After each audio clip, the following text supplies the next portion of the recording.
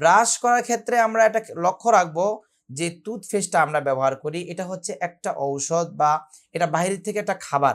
সুতরাং টুথপেস্ট ছাড়া আমরা যদি শুধু ব্রাশ নাড়ি তাহলে আমাদের রোজা ভাঙবে না। কিন্তু টুথপেস্ট দিয়ে যদি আমরা করি তাহলে ইচ্ছা অনিচ্ছায় কিন্তু আমাদের গলার ভিতরে এটার স্বাদ বা এটার একটা স্বাদ বা একটা ঘ্রাণ যদি যায় তাহলে কিন্তু আমাদের রোজা ভেঙে যাবে। খুব সাবধান, আমরা এই টুথপেস্ট ব্যবহার করব না এবং আমরা মেসওয়াক ব্যবহার করব। মেসওয়াক ইনশাআল্লাহ আমরা ব্যবহার করতে পারি, আমাদের রোজা ভাঙবে না এবং মেসওয়াক করার দ্বারা আমাদের দাঁত মজবুত হবে এবং আমাদের দাঁতের অনেক উপকারও হয়।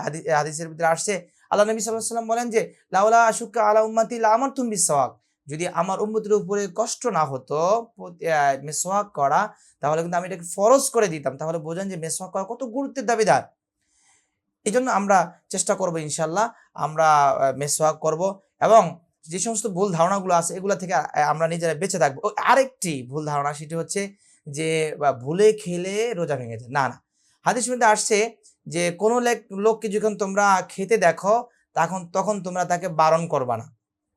বারণ করবে না, কারণ ওই সময় তাকে আল্লাহ খাওয়ায়।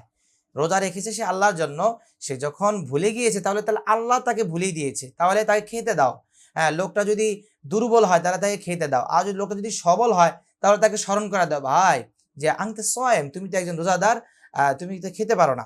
আর যদি লোকটা যদি দুর্বল হয় যে না এই লোকটা খাওয়ার প্রয়োজন আছে তাহলে তাকে বাধা দেওয়া যাবে না, তাকে খেতে দেন। এটা হাদিসের মধ্যে আসছে। এটা যদি আমরা মানতে পারি ইনশাআল্লাহ তাহলে আমরা রোজার কাজগুলো সঠিকভাবে আদায় করেছি বলে আমরা মনে করতে পারবো। আল্লাহ তাআলা আমাদের সবাইকে মানার এবং বুঝার আমল করার তৌফিক দান করেন। ওয়া আখিরি দাওয়ানা আলহামদুলিল্লাহি রাব্বিল আলামিন।